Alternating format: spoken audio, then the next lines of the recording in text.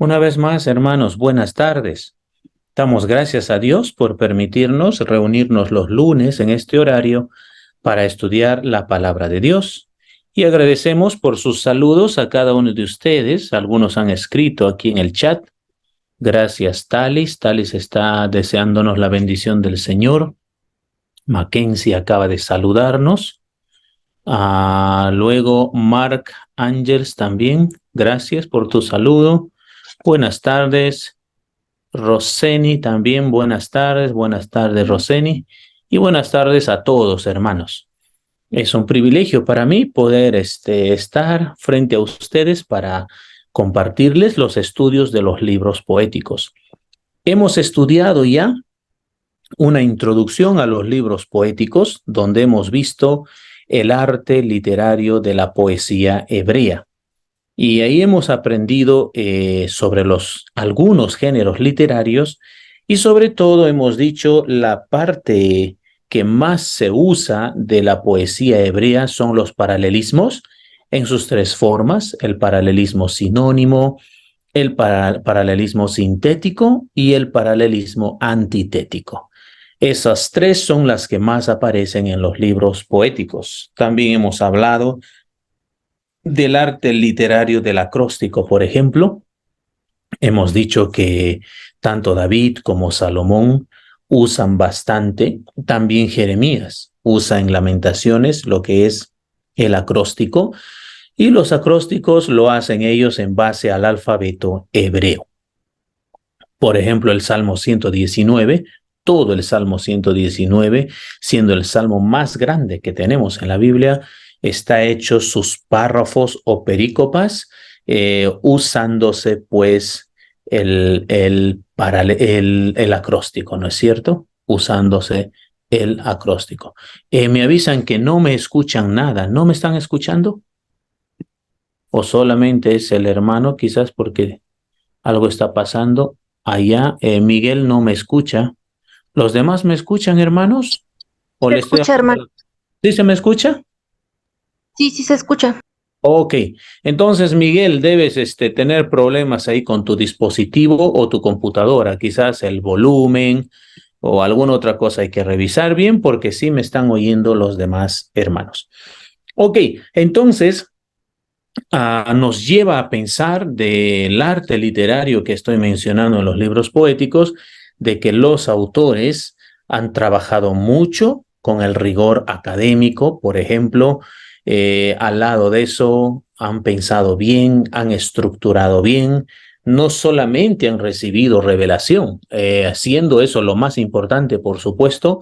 Dios les reveló, y ellos, tomando la revelación de Dios, organizaron todo lo que tenían que comunicar de la palabra del Señor. Eso es muy importante observar siempre cuando estamos leyendo la Biblia. Ya hemos estudiado también el libro de Job. Hemos visto este libro, dijimos que no sabemos quién es el autor del libro de Job. Es difícil saberlo.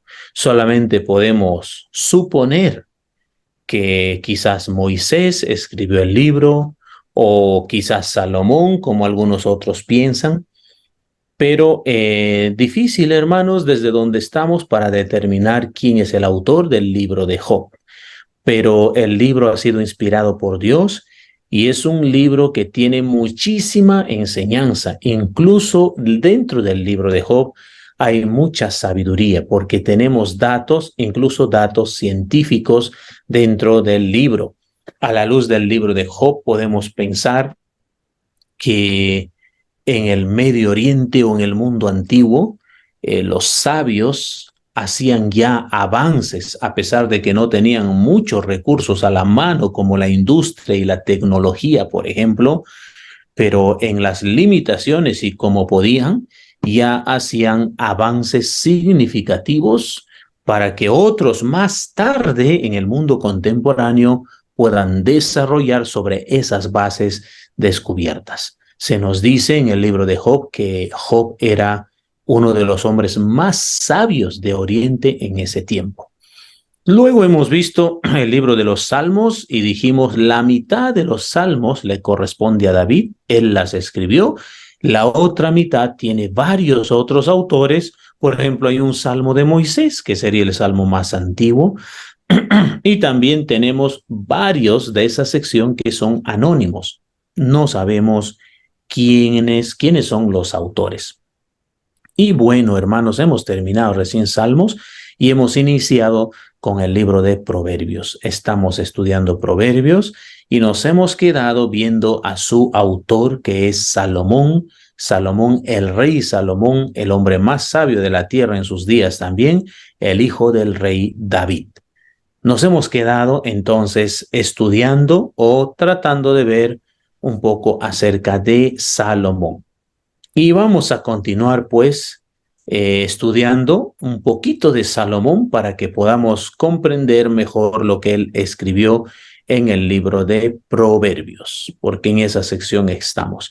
Y ya en un par de lunes estaremos terminando nuestro estudio de los libros poéticos. Hoy seguimos el próximo también y de ahí el siguiente ya estaremos terminando nuestras clases. Esperamos que haya sido de mucha bendición para entonces.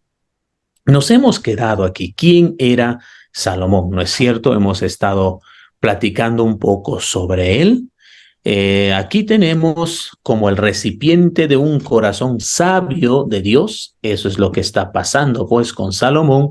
Él dirigió la construcción del palacio del rey y la del templo. Dos obras majestuosas tenemos en la historia en cuanto a las construcciones que hizo Salomón. El palacio en sí, el palacio del rey, y también el templo que el Señor pidió que construyera David. Por lo menos se lo dio los planos a David, y David no podía construir el templo porque él había manchado mucho sus manos de sangre. Entonces a Salomón se le dio la tarea de construir el templo en Jerusalén. Además, se instaló un sistema administrativo y militar comparable al de los reyes orientales. Dijimos incluso el lunes pasado que Salomón gobernó a Israel bajo un modelo egipcio. Bastante influencia tuvo él de Egipto, de los egipcios. Le vemos en su administración eso, por ejemplo, en cómo maneja el aparato militar, gubernamental, hay influencia egipcia. Cuando su hijo Roboam está al frente de Israel y trata de pedir o de recibir o de congraciarse con los ancianos de Israel, los ancianos de Israel piden eso: alívianos de las cargas pesadas que nos dejó tu padre. Entonces, eso es lo que puede verse. ¿Por qué fue así Salomón? Porque él gobernó al estilo de un faraón. Muy inteligente, sí, muy sabio para administrar, espectacular, muy sabio para generar riquezas, para vender, para negociar. El comercio internacional creció, por ejemplo, en los días de Salomón. Se traía a Palestina. Estamos usando aquí el nombre de Palestina para referirnos a Israel, pero es importante que ustedes sepan de la diferencia, ¿no es cierto? Es decir, Palestina es el nombre equivocado que se le dio al nombre de Israel. Es decir, hermanos, siempre es mejor llamarlo Israel, Israel, siempre. Porque hoy si hablamos de Palestina, Palestina es otra cosa. Hoy día los palestinos no son israelitas, nunca lo fueron. Los palestinos son filisteos. Entonces hago esa aclaración aquí. ¿Ya? Cuando decimos se traían a Palestina, nos estamos refiriendo a Israel, los objetos más raros de toda la tierra conocida de aquel tiempo. La plata fue utilizada como piedras para las calles de Jerusalén. Primera de Reyes 10:27 dice eso, y había una abundancia de alimento y de riquezas. Bueno, diríamos, gran parte de esta bendición y de lo que están disfrutando ya venía desde los días de David. Salomón heredó un reino bastante avanzado, un reino rico, un reino que ya tenía la paz, no hay que estar preocupados en los conflictos bélicos como en los días de David. Salomón como hijo heredó un reino de tranquilidad. Eso le permitió abrirse bastante con Israel en el tema comercial, hermanos, porque David había dejado un reino lleno de tranquilidad. Ninguna otra nación se atrevía para entonces, en los días de Salomón, para enfrentar a Israel o buscar alguna rebeldía contra Israel, nada de eso, o contra Salomón, ¿no es cierto? Entonces, eso es lo que podemos ver en cuanto a Salomón y cómo fue un rey muy bendecido. Compuso 3000 proverbios, dijimos, y 1005 canciones, según se registra en Primera de Reyes, capítulo 4, versículo 32. Ahí se menciona una lista de los sabios de aquel entonces que eran inferiores a Salomón, aunque grandes en sabiduría, solamente que no llegaban a la sabiduría de Salomón. De hecho, la sabiduría de Salomón era superior a la sabiduría oriental y egipcia, porque él tenía el lado sobrenatural con el que Dios le había investido. La palabra de Dios dice que Dios mismo dio tal sabiduría a Salomón. Por lo tanto, él aventajaba a los egipcios y a los orientales por tener esa bendición sobrenatural de parte del Señor. Los escritos de Salomón que se encuentran en las escrituras, entonces son proverbios, eso es lo que estamos estudiando, proverbios, Eclesiastés también, y Cantar de los Cantares, y por supuesto Salmo 72 y Salmo 172. Así que aportó bastante en lo que es la Biblia. La sabiduría de Salomón, por ejemplo, se menciona en Mateo 12:42 también y en Lucas 11:31, y del juicio de la reina del sur, es decir, la reina de Saba, que serán testigos contra los que escuchaban a Jesús, quien era pues más sabio que Salomón. Jesús era mucho más sabio que Salomón, hermano. Ahí entonces un poco hemos descrito acerca de Salomón, quién era Salomón, lo que hizo Salomón y respecto a los avances que le dio a su nación, a su pueblo y de su sabiduría. El hijo de David, así también lo llama la Biblia a Salomón, es el hijo de David, él es el hijo de David con Betsabé. Llegó al trono con gran promesa, con privilegio y oportunidad. Dios le había concedido su petición de entendimiento. En Primera de Reyes, capítulo 3, versos 9 al 12, y también en Primera de Crónicas 1, 10 y 11 se encuentra la oración de Salomón pidiendo al Señor sabiduría de lo alto para dirigir a Israel, para gobernar a Israel. Obviamente, al estar al lado de David en el palacio, presenció esa necesidad al ver a su padre como rey, tratando diversos problemas de Israel. Entonces, en su oración, Salomón pide sabiduría. Y al Señor le agradó porque dijo, no pediste riquezas para ti, sino que pediste entendimiento, sabiduría. Y su sabiduría pasaba a todos los demás. Se registra en Primera de Reyes, capítulo 4, versículos 29 al 31. No obstante, la impactante realidad es que Salomón fracasó al no vivir la verdad que él conocía y aún enseñó a su hijo Roboam. Primera de Reyes, capítulo 11, versículo 1, verso 4, verso 6 y versos 7 al 11 también, quien subsecuentemente rechazó la enseñanza de su padre. Roboam fue un hijo rebelde y puso a un lado todo lo que su padre le había enseñado. La gran falla de Salomón fue su relación con las mujeres y como yo compartí la semana pasada, su corazón estuvo también inclinado a la idolatría, incluso antes de que él se llegara a las mujeres. Pero antes de explicar esto, permítanme, acompáñenme ustedes si tienen una Biblia a la mano o en su celular también, Primera de Reyes, capítulo 3.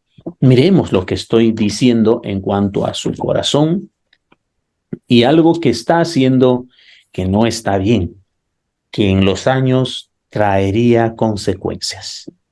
Lamentablemente, hermanos, así es todo.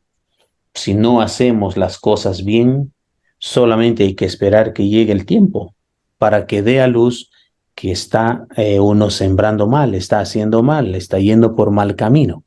Aunque el momento no parezca, el tiempo se encargará de mostrar tal cosa. Primera de Reyes, capítulo 3. Primera de Reyes 3. Vamos a leer el versículo 2. Primera de Reyes 3, 2. Ese es un versículo sumamente importante. Muy bien, dice, hasta entonces el pueblo sacrificaba en los lugares altos, porque no había casa edificada al nombre de Jehová hasta aquellos tiempos. Verso 3. Mas Salomón amó a Jehová andando en los estatutos de su padre David. Solamente sacrificaba y quemaba incienso en los lugares altos. Quisiera preguntarles a ustedes, ¿dónde está el error de Salomón en el versículo 3? ¿Y cuál es la palabra que nos está diciendo que lo que está haciendo Salomón no es correcto? Hay una sola palabrita que puede girar todo el texto a notar una interpretación un poco más clara. ¿Cuál sería esa palabrita que nos avisa que lo que Salomón está haciendo no está bien? Primera de Reyes 3:3. ¿Altos? Lugares altos, eso está bien. ¿Qué quieres decir, Mackenzie? ¿Que está mal que él vaya a lugares altos? ¿O está bien? Porque los altos creo que estaban relacionados con Baal, con la idolatría. Así es. Muy bien. Y la palabrita que avisa que eso está mal sería la palabra solamente. Solamente. Miren otra vez el versículo 3. Mas Salomón amó a Jehová. Eso está bien. Andando en los estatutos de su padre David.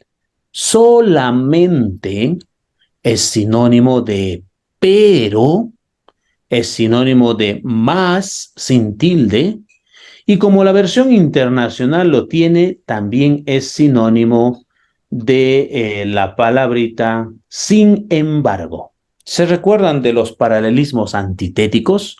Cuando se dice una cosa y contradice la antítesis. No estoy diciendo que aquí hay un paralelismo, sino estoy haciendo notar la partícula, el término de contraste, solamente o sin embargo. Es decir, se puede leer así. Mas Salomón amó a Jehová andando en los estatutos de su padre David, sin embargo, o pero, sacrificaba y quemaba incienso en los lugares altos. Lo que está pasando ahí es como cuando diríamos nosotros, por ejemplo, yo puedo decir, para que me entiendan mejor, les invito a cenar esta noche, después que terminemos la clase, les invito a cenar al chifa, lo que sea. Vamos a comer ahí un rico plato en el chifa. Y todos estaríamos felices, el profe nos está invitando a comer. Pero yo no he terminado de decir todavía lo que tengo que decir. Entonces, hermanos, terminando esta clase, invito a todos a cenar en tal lugar. Pero, noten lo que estoy diciendo, pero cada uno va a pagar su plato de cena. ¿De acuerdo? Yo solo hago la invitación, pero cada uno paga. De hecho, yo estoy yendo contra toda la cultura peruana porque así no es. Si en el Perú se invita a comer a alguien, es porque esa persona se va a hacer cargo del pago. No es cierto, no tiene sentido invitar a alguien para que esa misma persona pague lo que va a comer. En el Perú es así, en otros lugares. Pero hay lugares donde se puede hacer eso, se puede invitar y cada uno paga y no afecta en nada. A mí sí me afectaría, soy sincero, soy peruano. Si alguien me dice, oiga, le invito a comer, yo tengo en mente que ese hermano va a pagar la comida. Porque si llegando allá y comemos rico y me dice que yo pague, pues me voy a incomodar porque no es así. No estoy acostumbrado a tal cosa. ¿Me dejo entender? Entonces aquí está esa palabrita que estoy haciendo notar, pero cada uno paga su plato. Aquí solamente dejándonos el autor de Primera de Reyes que Salomón está bien que ame al Señor, está bien que ande en los caminos de su padre David, pero no está bien lo que él está haciendo. Está yendo a los lugares altos, está yendo a los santuarios de Baal, y en los santuarios de Baal está ofreciendo sacrificios a Yahvé, al Señor. No está midiendo las consecuencias de esto. Una de las consecuencias gravísimas de esto será un mal precedente. Si el rey hace eso, todo Israel puede hacer. Y en unas cuantas generaciones, esas generaciones habrían desarrollado una teología en su mente completamente equivocada. Estarían en el santuario de Baal y estarían viendo el ídolo de Baal y estarían diciendo, ese que están mirando, ese es Yahvé, ese es nuestro Dios. Salomón no está midiendo las consecuencias aquí. Como muchas veces, hermanos, no medimos las consecuencias de lo que estamos haciendo en relación a nuestra fe, a la iglesia, a la teología, a la religión. No medimos porque pensamos que somos únicos en la tierra y en ese determinado espacio, cuando sabemos que somos aves de paso. Vienen otras generaciones después de nosotros para seguir haciendo muchas cosas que no hemos corregido en su momento, las hemos dejado como si fueran buenas. Es el caso triste de la iglesia. Es el caso triste de la iglesia. La iglesia se va convirtiendo más y más en un ambiente agradable para la gente, donde el fin último de ser iglesia es hacer sentir a la gente bien, que se sienta bien. Así que hay que crear más y más programas que sean atractivos para que la gente venga y se siente bien, se queden contentos con eso. Pero eso no es toda la razón de ser iglesia, hermanos. Eso es un club, un buen club de amigos dentro de la sociedad. La iglesia tiene propósitos eternos, tiene propósitos de desafío. Ha sido creada, nacida en el corazón de Dios para salvación de otras personas. Pero a eso estamos llegando. En unos años se pierde por completo todo el sentido verdadero y su propósito como iglesia y todos se centran en sentirse bien nada más. Lo demás no importa, incluso si no hay palabra de Dios no importa porque aquí nos sentimos bien. Todos estamos ahí tranquilos y satisfechos. No medir las consecuencias de lo que se está haciendo y se está manteniendo hoy. Y lo mismo aquí con Salomón. Entonces, para mí, es decir, mi tesis es que Salomón no empezó con mujeres su primer problema. Para mí, su primer problema empezó en su corazón, yendo a lugares a adorar a Dios que no le correspondía ir. Su padre no hizo tal cosa, David, por ejemplo.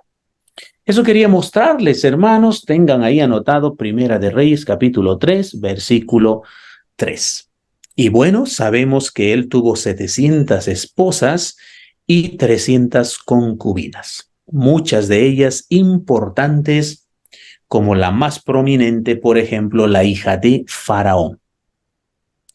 Y aquí tengo que explicar algo más para que lo comprendan, por favor. Cuando se dice que él tuvo en total 1000 mujeres, 700 que eran sus esposas y 300 con quienes no había celebrado nupcias, es decir, no se había casado, no había un documento legal con ellas. De hecho, usted se sorprenderá porque eso no se puede hacer en nuestros días.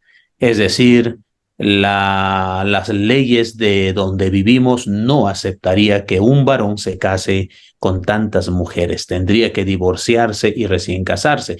Pero notamos que en los días de Salomón eso era permitido en la cultura. Y dentro de ese contexto de la cultura, tengo que explicar esto. Los reyes de antaño tenían lo que se conoce el harem de mujeres. Eso prácticamente era como una colección de mujeres hermosas que decía algo de la capacidad del rey. Bueno, no es que esto superara al aparato militar. Hasta nuestros días, el ejército, todo lo que se comprende la parte militar de una nación, dice de la capacidad de esa nación. Así es, hermanos. En cuanto a aquellos días, era igual siempre. ¿Qué cantidad de soldados tiene? ¿Cuánto de armamento, con cuánto de armamento cuenta para enfrentar, para defenderse? Pero no solamente eso era, sino también el harem de mujeres. Así que yo les invito a mirar aquí a Salomón con mucho cuidado. No leer a Salomón con la mente quizás de nuestros días para pensar ese hombre era un depravado. ¿Por qué dice usted que era un depravado? Tenía 1000 mujeres. Sí, pero en ese tiempo que tenga 1000 mujeres no es sinónimo de depravación. Tener 1000 mujeres era parte de lo que su gobierno, su reino, estaría mostrando la capacidad de ese reino. Una colección de cantidad de mujeres hermosas, que de hecho decían mucho de la capacidad del reino. David también lo tenía. Era parte de la cultura y de la moda. Era como una especie de concurso. ¿Quién tiene el harem más grande? ¿Quién tiene el ejército más grande? ¿Quién tiene el armamento más poderoso? Así. Entonces, hermanos, con mucho cuidado debemos pensar de Salomón. No era un enfermo, para empezar. Era un hombre muy hábil para hacer que Israel esté al frente prácticamente de todo. Y una de esas cosas fue el harem de mujeres.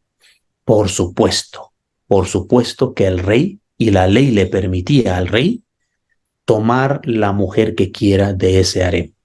Pero eso no significa que estaba con todas las mujeres del harem. Cuidado con eso. No significa tal cosa.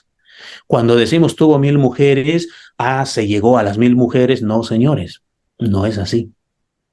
Sí tenía la potestad y libertad de agarrar la mujer que quiera, de pedir la mujer que quiera del harem para estar con ella, para hacerla su esposa, y si no quería, no pedía.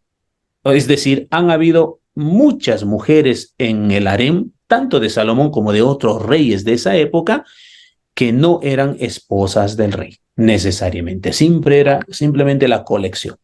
Pero el rey podía tomar a quien quiera. Y no se consideraba para esa cultura adulterio.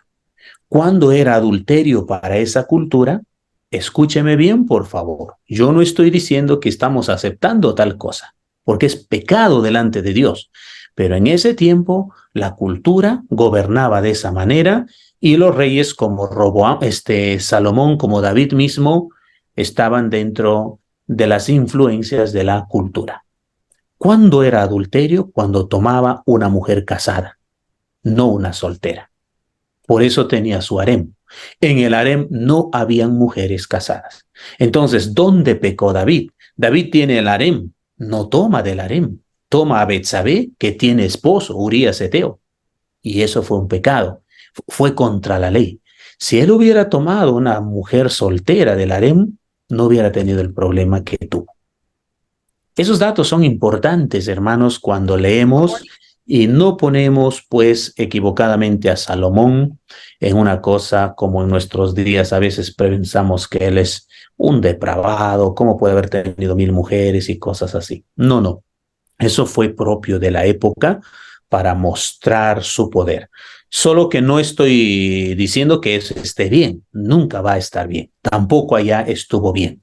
Hay muchas cosas que se desarrollan en las culturas, incluso en nuestra cultura, y no necesariamente está bien, hermanos. Pero ahí está, funciona, es parte de la vida, aunque no sea lo que al Señor le agrada. Muy bien, entonces lo que estamos diciendo, se casó con la hija del faraón, su primera esposa fue la hija del faraón. ¿Y por qué? Porque tenía toda la mentalidad: me caso con las hijas de los reyes que me rodean y tengo la paz con todos los reyes, porque ningún rey se va a atrever a atacar al reino donde su hija es la reina. Estrategia de Salomón. Así lo hizo. Pero no solo eso, no midió las consecuencias. Estas hijas de reyes tenían sus propios ídolos, sus propios dioses. Entonces, al venir a ser parte de la vida de Salomón, no dejarían las cosas en sus países, se vendrían con toda su cultura, su idolatría, su religión, sus costumbres. Pues Salomón no midió eso, que sería un problema gravísimo para él y para su pueblo. Entonces él participó en la construcción de los recintos religiosos y en la adoración de los dioses paganos. Es importante lo que voy a leer, hermanos, en el capítulo 11 de Primera de Reyes, versículo 4. Primera de Reyes 11, 4. Dice ahí, por ejemplo, cuando Salomón era ya viejo, sus mujeres inclinaron su corazón tras dioses ajenos, y su corazón no era perfecto con Jehová su Dios como el corazón de su padre David. Eso es precisamente la apostasía de Salomón.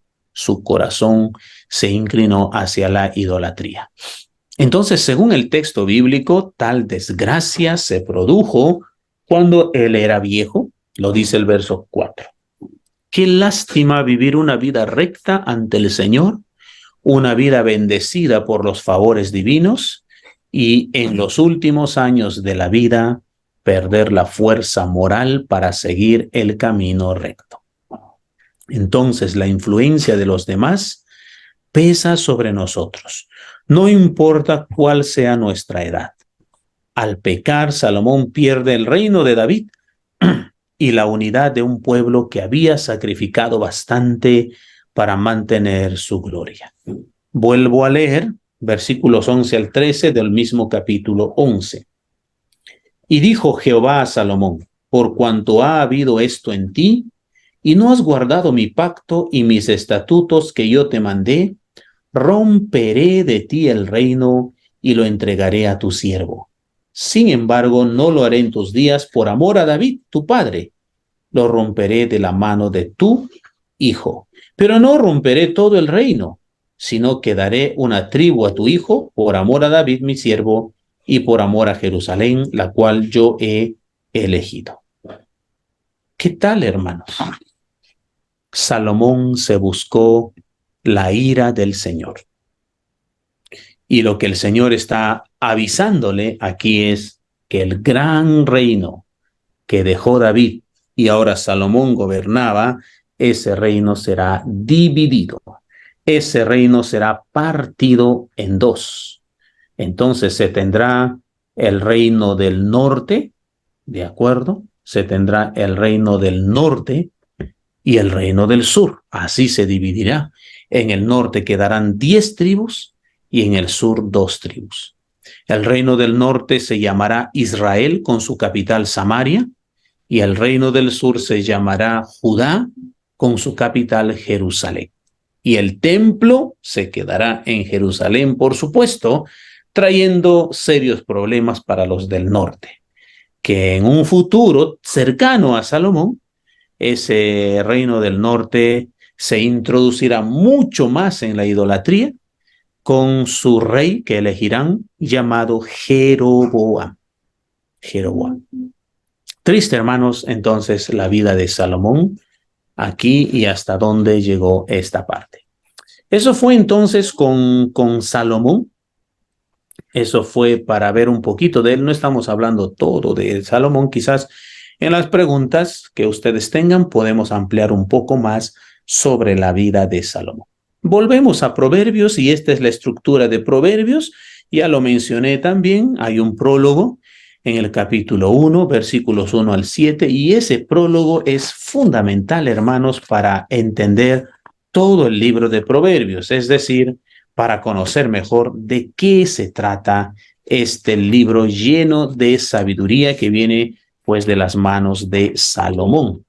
Miremos ahí en esa parte del prólogo, porque es ahí donde aparece pues el autor, los destinatarios, el tema, el propósito del libro. Miremos el 1, los proverbios de Salomón, hijo de David, rey de Israel. Sabemos entonces de quién está hablando, quién es el autor y con quién lo identifica. Luego dice, para entender sabiduría y doctrina, para conocer razones prudentes, para recibir el consejo de prudencia, justicia, juicio y equidad, para dar sagacidad a los simples y a los jóvenes inteligencia y cordura, oirá el sabio y aumentará el saber, y el entendido adquirirá consejo, para entender proverbio y declaración, palabras de sabios y sus dichos profundos. El principio de la sabiduría es el temor de Jehová. Los insensatos desprecian la sabiduría y la enseñanza. En otras palabras, podemos notar que el libro va a hablar de la sabiduría, pero la sabiduría que viene de Dios. Entonces, ¿cuál es el secreto para obtener esa sabiduría? Temer al Señor, hermanos. Temor de Dios, dice aquí. En efecto, ese es el tema. El propósito del libro, producir que otros adquieran sabiduría. Esa es la idea, ese es el propósito. Y luego, ¿para quiénes escribió? ¿Quiénes estaban en la mente de Salomón? Lo dice los jóvenes, inexpertos, no tienen la experiencia. Reina Valera usa la palabra simples. Simples quiere decir jóvenes que por su misma edad no han vivido muchas cosas, no tienen la experiencia, por lo tanto son inexpertos. Para ellos, Salomón quiere explicar estos dichos sabios, hermanos. Tenemos luego una exposición de la superioridad de la sabiduría. Capítulo 1, que va hasta el capítulo 9, todo el 9. Luego encontramos los proverbios de Salomón, en el capítulo 10 hasta el 22. Los dichos de los sabios, capítulo 22 al 24. Hay más proverbios de Salomón, capítulos 25 al 29. Luego, las palabras de Agur y Lemuel en el capítulo 30, por ejemplo, hasta el 31:9, y hay un epílogo, es decir, un final con el tema de la esposa ejemplar en el capítulo 31, versículos 10 al 31. Así terminan los 31 capítulos de Proverbios. Podemos leer Proverbios con este ejemplo, con esta estructura. Ahora vamos a hablar de la teología de Proverbios, hermanos. Un poco de teología va a ser necesario. No podemos, por factor del tiempo, explicar todos los detalles de la teología y todos los temas teológicos que tiene Proverbios, pero sí aquí miraremos algunos tópicos que nos va a ayudar a comprender mejor el libro. La teología, obviamente, que está presente, que fluye en todo el libro de Proverbios, sale del 1:7. El temor de Jehová. El principio de la sabiduría es el temor del Señor. Por ejemplo, ¿no es cierto? Ese es el tema principal. Recae en la importancia de la sabiduría. Temor a Dios da como resultado la obtención de la sabiduría. La capacidad de efectuar el conocimiento en las cosas prácticas de la vida. De eso se trata. Saber decidir, saber entender, saber comprender, tomar decisiones sabias, resolver conflictos. En efecto, se hace fundamental la instrucción abordando temas en la dimensión ética. Eso está tan presente, hermanos, en todo el libro, la importancia del comportamiento, la ética. Entonces tenemos la fórmula sabiduría más ética igual honra al Señor. Recuerden, sabiduría más ética, noten que es por completo diferente de lo que se piensa en varios centros donde tenemos grandes catedráticos, buenos maestros enseñando diferentes temas, pero su vida, su ética, su moral es un desastre. ¿Y qué se nos dice? Bueno, a mí no me importa la vida de esta persona, lo que me importa es que es un buen maestro. A mí no me importa la vida del presidente, ni del alcalde, ni del gobernador, Lo importante es que haga lo que tiene que hacer. En cambio, aquí es diferente. En el libro de Proverbios es diferente porque se plantea sabiduría tiene que ir de la mano con la ética. Y eso honra al Señor. En hebreo, temer a Dios es la palabra yirá. La palabra yirá quiere decir temer, temer. Y significa asombro o reverencia. De ahí la importancia de honrar al Señor. También es importante considerar el miedo. Miedo a la determinación del castigo o las consecuencias. El temor es bueno, hermanos. No todo el tiempo en cosas que no se debe, pero en factores que va con la vida es importante. ¿Por qué si usted conduce un vehículo no se cruza el semáforo? Tiene miedo de cruzar el semáforo. Hay una regla que hay que respetar. Podría atropellar, podría ganarse una papeleta. ¿No es cierto? Hay temor. Que los niños tengan temor a que papá o mamá va a castigar una malcriadez es muy importante. Porque de cuántas cosas libraremos su vida para el futuro. Pero si no hay temor, ¿qué es la vida sin temor? Este temor de respeto, no solamente de adoración, de honra, sino, no, el Señor me va a castigar si yo hago tal cosa. Y eso es bueno. Su palabra lo dice. Temor a las consecuencias que se vienen si he decidido mal. Entonces hablamos del temor reverente y santo que advierte, previene, por supuesto, y preserva del peligro. El principio de la sabiduría es el temor de Dios. Esta frase encierra una verdad profunda, llena de una vasta riqueza. El principio, eso significa el comienzo, lo primero, el fundamento de algo. Por ahí se inicia. En hebreo da la idea de algo medular, fundamental y principal. De modo, hermanos, que el temor de Dios es la fuente principal, note eso, y de máxima sabiduría a que puede aspirar el hombre. Constituye la primera y más importante referencia para adquirir sabiduría. Entonces el temor de Dios capacita, note eso.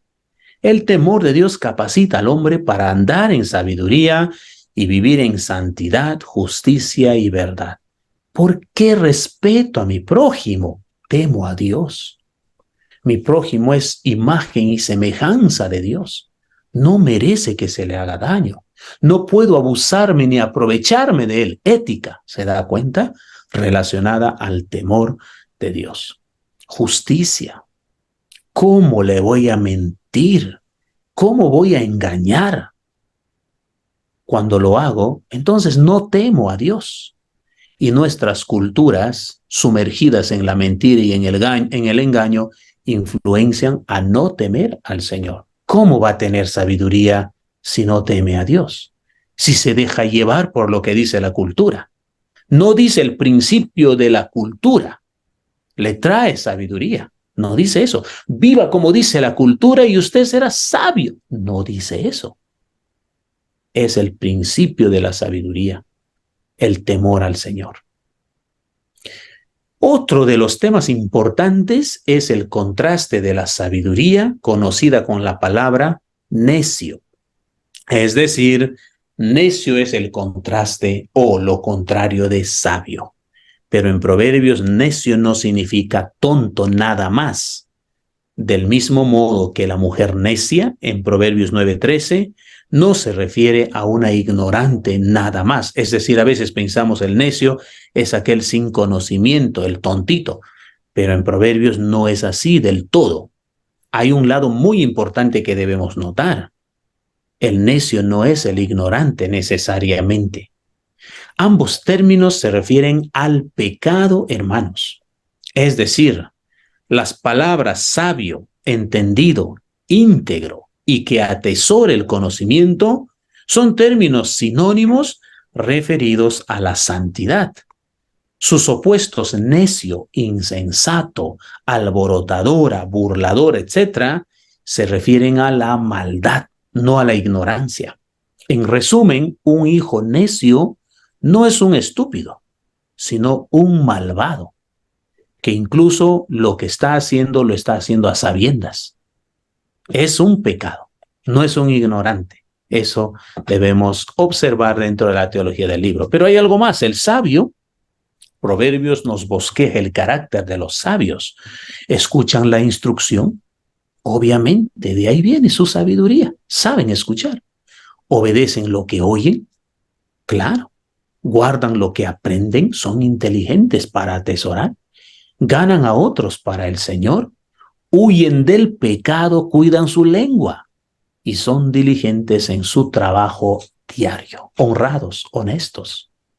El necio es todo lo contrario. Proverbios menciona con frecuencia 3 clases de personas que desesperadamente necesitan sabiduría y dice el necio, el simple y el burlador. Entonces el necio es alguien obcecado, perezoso, descuidado y tonto. Es decir, es un malvado, es un pecador. Recordemos aquí al esposo de Abigail, Nabal, en 1 Samuel 25. Es un buen ejemplo. El nombre Nabal significa necio. Pueden leer, hermanos, su historia en 1 Samuel 25, la actitud que toma, lo que decide hacer y cómo se comporta con David, quien le había hecho favores, y ahí se describe con mayor claridad lo que significa un necio. El necio detesta la instrucción y confía en sí mismo, habla sin pensar y se burla del pecado. Los simples son las personas que lo creen todo y a todo el mundo y les falta discernimiento. Con facilidad, otros los desvían porque les falta entendimiento.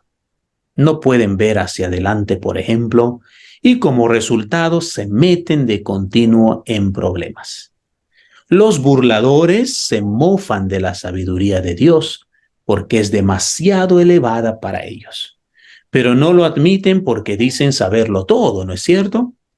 La palabra hebrea que se traduce burlador literalmente significa hacer muecas y podemos imaginarlos sonriendo con sarcasmo.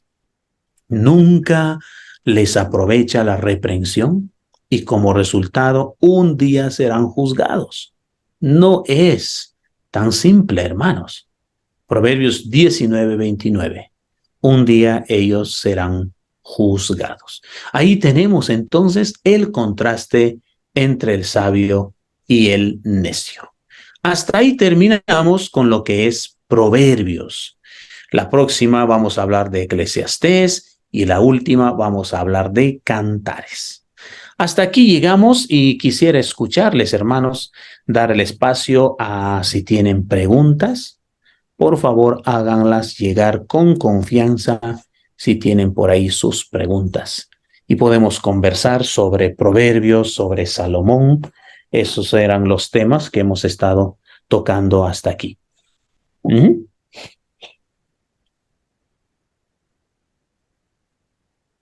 Vamos a ver el chat. Puede ser que hay algo en el chat. No hay nada en el chat. A ver. Ok, nos saluda desde... Muy bien, hermanos. ¿Tendrán preguntas entonces?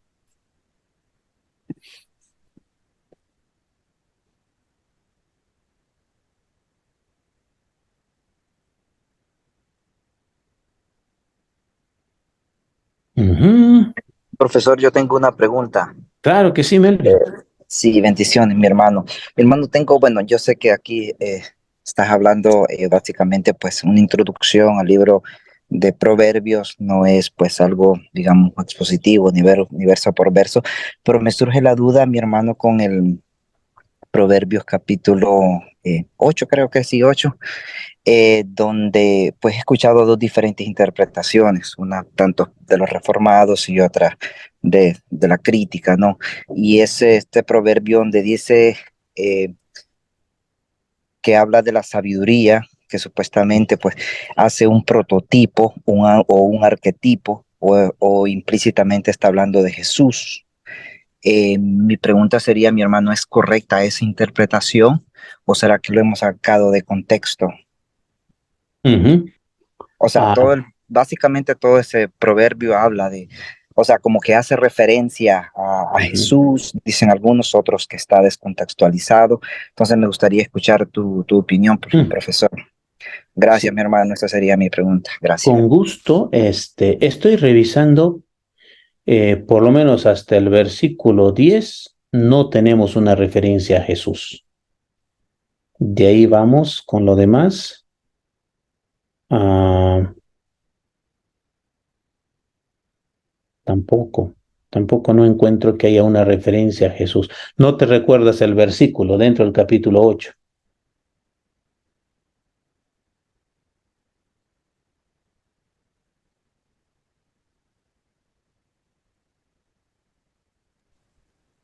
Creo que es Proverbios 8:22, Ujú. 8:22 al 31, Ajá. básicamente ahí. Entonces, eh, Ujú. como te digo, no escuchaba las dos posturas y bueno, y es un poquito de ruido. Sí, solo un detallito voy a revisar.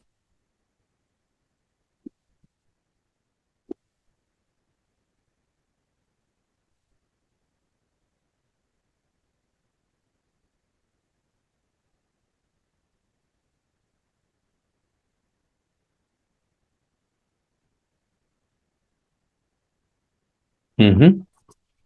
Sí, No ahí, sé si, hermano, no, habría un proverbio mesiánico, sería esto. Sí, ok, sería bueno, si lo esto. lees, Ajá. si lo lees para los hermanos que no están Sí, familiarizados, porque bueno, sigo con la duda, ¿no? Pero si me dice que es un mesiánico, pues bueno, tiene bastante sí, sentido, ¿no? sí, porque dice, Jehová me poseía en el principio, ya de antiguo, antes de sus obras, eternamente tuve el principado desde el principio, antes de la tierra, y esos datos no puede estar dándose para Salomón, porque no sería así. Antes de los abismos fui engendrada, antes que fuesen las fuentes de las muchas aguas, antes que los montes fuesen formados, antes de los collados, ya había sido yo engendrada, no había aún hecho la tierra ni los campos, y esto va hasta el versículo 30, ¿sí? Luego podríamos ver el 35, porque el que me halle hallará la vida y alcanzará el favor de Jehová. Mas el que peca contra mí defrauda su alma, todos los que me aborrecen aman la muerte. Sí, Melvin, sería un proverbio mesiánico, se estaría refiriendo a Jesús. O sea, está hablando, bueno, habla de la sabiduría, pero como prototipo de Jesús, ¿no? Como que Así la es, sabiduría. Oh, ok, así perfecto. es. Sí. Bueno, esa sería mi pregunta, mi hermano. Gracias Gracias. por tu Gracias. pregunta, con mucho gusto. Muy bien, hermanos, ¿hay otra pregunta o ya no hay preguntas? Ok, Rossani dice, no logro ver el acróstico en el Salmo 119.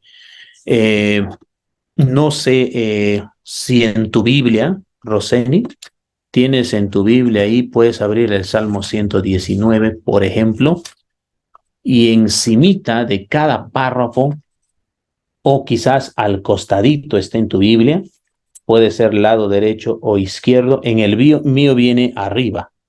Ahí encontrarás las palabras que son los nombres del alfabeto hebreo. Por ejemplo, no sé si ves, Aleph, luego Bet, Gimel, Dalet, He, Bab, Zain, Hetet, Yot, Kaf, Lamet. Todos esos son nombres del alfabeto hebreo. Deben haber 22 porque son 22 las consonantes del alfabeto hebreo. Cada párrafo que toma como 6 versículos, algunos 8 versículos, cada párrafo está desarrollado con la primera letra del alfabeto hebreo. No sé si ahora lo ves. Ajá, Silvia dice, mi Biblia está arriba, eso sí. Así es. En el hebreo, hermanos, a la derecha viene, al iniciar, todas están iniciándose con esa palabra o con esa letra del alfabeto. Uh-huh. Ok, aquí tenemos otro de Cogollo o Mayra.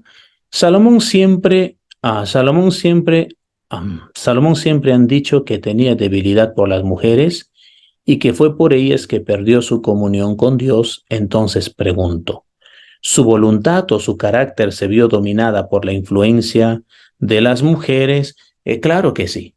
Claro que sí, si no, no hubiera hecho ningún ídolo jamás. Las mujeres pidieron que él haga sus ídolos de los que ellas adoraban. Si había entre sus mujeres una que adoraba a Moloc, dios de los amorreos, o a Baal, dios de Canaán, él entonces fabricaba ese dios, ordenaba que se levante la estatua del dios Moloc o de dioses repugnantes para nuestro Señor y para Israel. Y por supuesto, las mujeres sí influenciaron poderosísimamente en Salomón para verse apostatado, para verse desviado del Señor. Uh-huh. Muy bien, hermanos, ¿hay alguna otra pregunta? ¿O no? Hermano, yo tengo una pregunta, solo que no recuerdo el versículo. No importa, a ver, Lo- quizás lo relacionamos. bueno, leí que la escritura decía que la herencia de Jehová es como que una mujer prudente, algo así. Entonces me llamó la atención eso de que Dios directamente pues pusiera a una mujer en el camino de alguien, o a qué se refiere eso. Esa es mi pregunta. Ajá, eh, tanto una mujer como un varón temerosos de Dios será una enorme bendición para todos los que le rodean.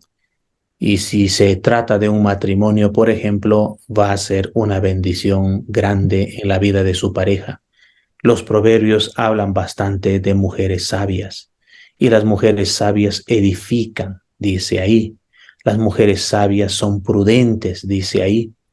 Y las mujeres sabias mantienen por el resto de su vida el compromiso de su pacto, dice ahí. Pero al otro lado está la mujer necia y lo describe también Proverbios como todo un contraste que destruye, que hace daño. Y por ser el contexto probablemente un contexto muy popular, muy común, habla de la mujer ajena. Sería la mujer que busca de manera muy intencional destruir el hogar o destruir al varón. En este caso es la prostituta, pero no necesariamente hay que pensar que para destruir todavía tiene que ser una prostituta, sino simplemente es una necia. Y la necia, dice Proverbios, no es alguien inexperto. No llama a los necios, a los inexpertos necios, Proverbios. Los necios son los que saben, sabiendo hacen, sabiendo cometen, tienen la mala intención. Por eso el necio en Proverbios es un pecador, no es un inocente, porque lo que está haciendo lo hace sabiendo. Eso es entonces, Mackenzie, los proverbios también alaba la entrega de la mujer, alaba la dedicación de la mujer y la capacidad que tiene la mujer para hacer muchas cosas en su vida, no solamente una, sino muchas, como por ejemplo la del 31, la mujer virtuosa, incluso es alguien que tiene negocios, ¿no? Es hábil para hacer negocios, por ejemplo. Pero dicho sea de paso, hay que reconocer que la mujer del 31 de Proverbios también tiene mucha ayuda en su casa. No es una mujer sola que saca todo, sino ella dice, se levanta temprano y ordena, dice que se haga y tiene criadas, tiene ayudantes en la casa que le ayudan a sacar todas las responsabilidades que hay que sacar. Uh-huh. Ok,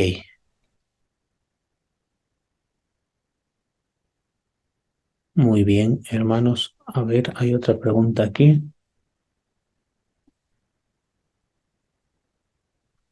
Ok, es una pregunta interesante de Iván.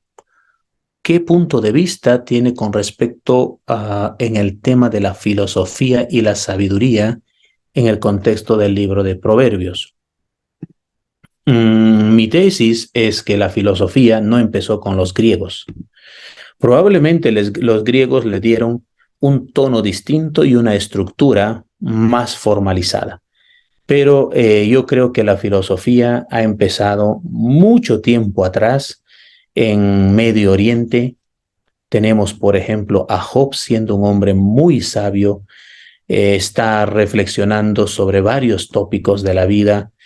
No digo que la filosofía empezó con los judíos, pero sí, antes de los griegos, los judíos ya hacían filosofía como muchos otros en su tiempo, y diríamos, los primeros que están reflexionando sobre la verdad, encontramos allá con Adán y toda la descendencia que están ahí, están hablando de la verdad y están reflexionando sobre la verdad, con una diferencia grande, y hay que notar esto. Hacen filosofía a partir del sujeto revelado. Eso es lo que le faltó a los griegos. Hicieron filosofía a partir del sujeto materializado. Es decir, hicieron filosofía desde el punto de partida del hombre, los griegos. Y por eso es que muchas de ellas arribaron a un caos para ellos. Mientras que los judíos, toda la filosofía que desarrollaron fue a partir del sujeto revelado. Dios se ha revelado. A partir de Dios buscaban entonces la sabiduría y ahí encontraban la verdad, mientras que los griegos no. Salomón sería un filósofo de sus días, pero no quiere decir que Salomón esté haciendo filosofía desde el punto de vista meramente humano. No, él lo define desde el principio y dice, es el temor de Dios. Todo lo que podemos hacer los humanos para no desviarnos es por ahí, el temor de Dios. Apliquemos el temor de Dios, por ejemplo, a las ciencias. Apliquemos el temor de Dios al negocio, al comercio. Apliquemos el temor de Dios a la política. ¿Qué filosofía política tendríamos si se plantea el temor de Dios? Apliquemos el temor de Dios a la iglesia, apliquemos el temor de Dios a todo. Obviamente nos saca sabios. El resultado es la sabiduría. ¿Por qué? Porque nos lleva a ver precisamente que ese es el punto neurálgico que resolvería muchas cosas en la vida. Muy bien, hermanos. ¿Hay alguna otra pregunta?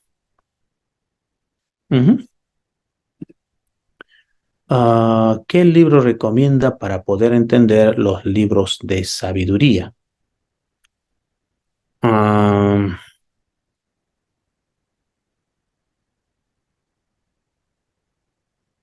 Lo más sencillito y fácil de leer sería el de Pablo Hoff, y el título de su libro son los libros poéticos, por ejemplo, con la ventaja de que él ha hecho al final de cada parte una serie de preguntas que le lleva o le exige a uno a comprender mejor el material.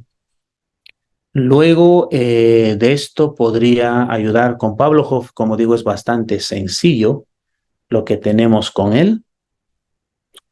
Y otro bueno que podría ayudar mucho a comprender también varias partes, no es exclusivo, sino es de todo el Antiguo Testamento, el de Lázaro, así se llama, Lázaro, Hubbard y Bush, Panorama del Antiguo Testamento.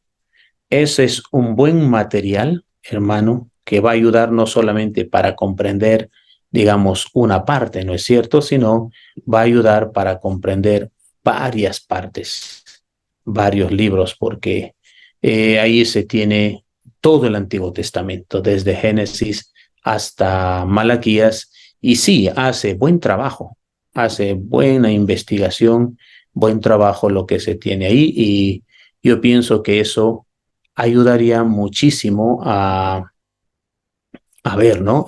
Un poco más de material, de libros al respecto. De ahí, ¿qué más tendríamos en cuanto a los libros poéticos o a la poesía? Estoy tratando de recordar otro que es muy bueno, que habla precisamente de los poéticos. No se me viene a la mente. Ya dije Pablo Hoff, ¿no es cierto? Otro, no se me viene a la mente ahorita. Y otro que ayudaría en el tema de ver la crítica, o sea, contra la crítica, sería el de Gleason Archer también. Su libro se llama Reseña crítica de una introducción al Antiguo Testamento, por ejemplo. Ese es un buen libro que ayuda a trabajar bien qué es lo que han hecho la crítica, o sea, qué puntos hacen la crítica y cómo él refuta esa crítica con los textos bíblicos, que ayudaría bastante. Otro que puede ayudar muchísimo para entender todo el contexto es la Biblia y el legado del Antiguo Oriente, por ejemplo. Eso es de Maximiliano García Cordero. Es un buen libro, ese material que tenemos ahí. De ahí, hermanos, yo creo que eso serviría bastante. Y hay mucho más, ¿no? Hay mucho más, hay que ir a la bibliografía y poder recordar ahí varios libros más. Muy bien, no sé si hay más preguntas. Ok. Creo que ya no tenemos más preguntas.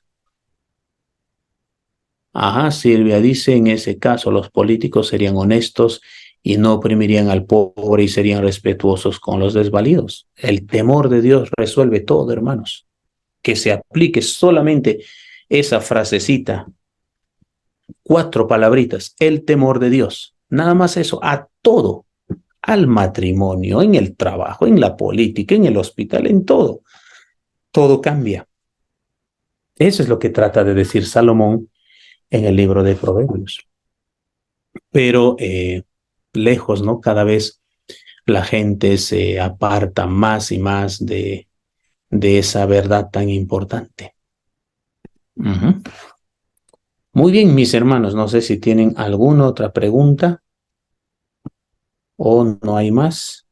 Todo claro, dice Mark, con mucho gusto.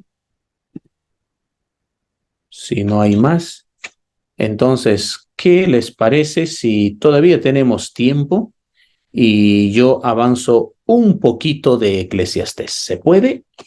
¿Qué dicen, hermanos? Un poquito de Eclesiastés, por lo menos para tener una idea para la próxima semana. Voy aquí dejando algo. ¿Hay más preguntas por aquí? No. Ok.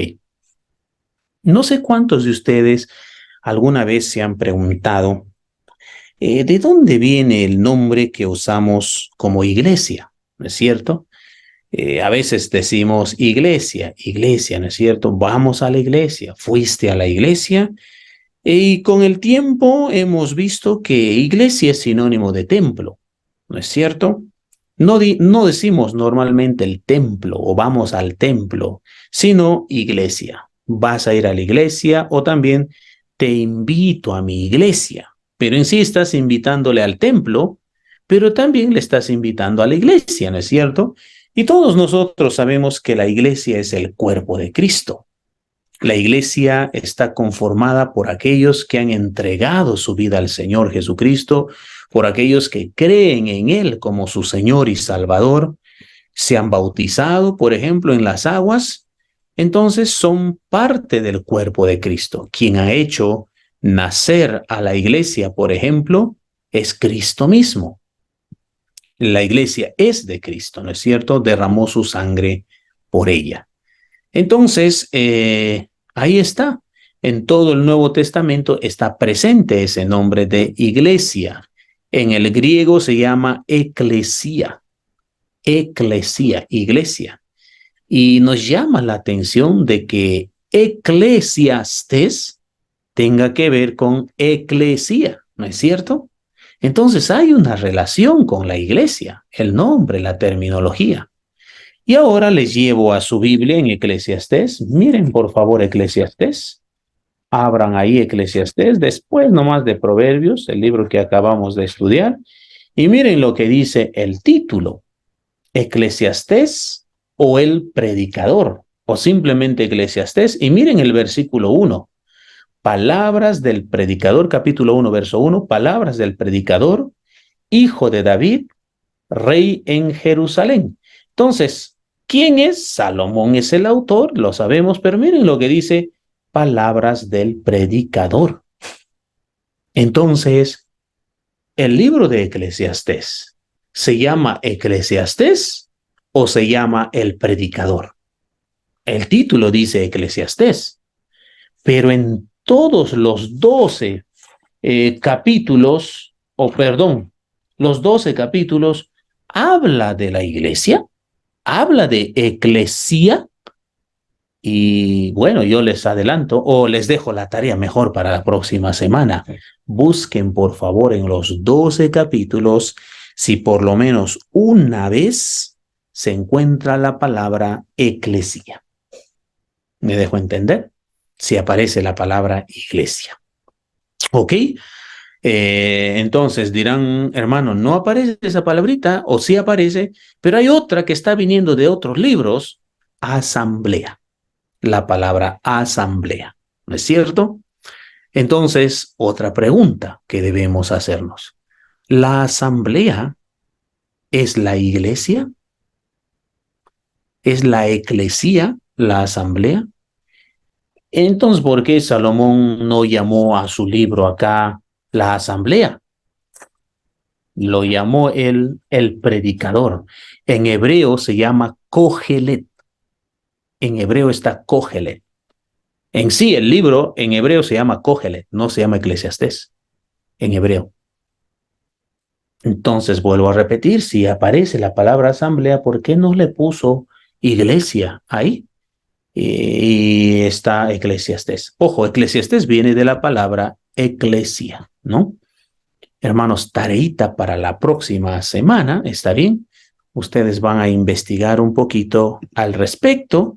Bueno, y ya hemos dicho que habla pues de lo que Salomón escribió. Lo dice ahí, Salomón es el autor de este libro llamado Eclesiastés.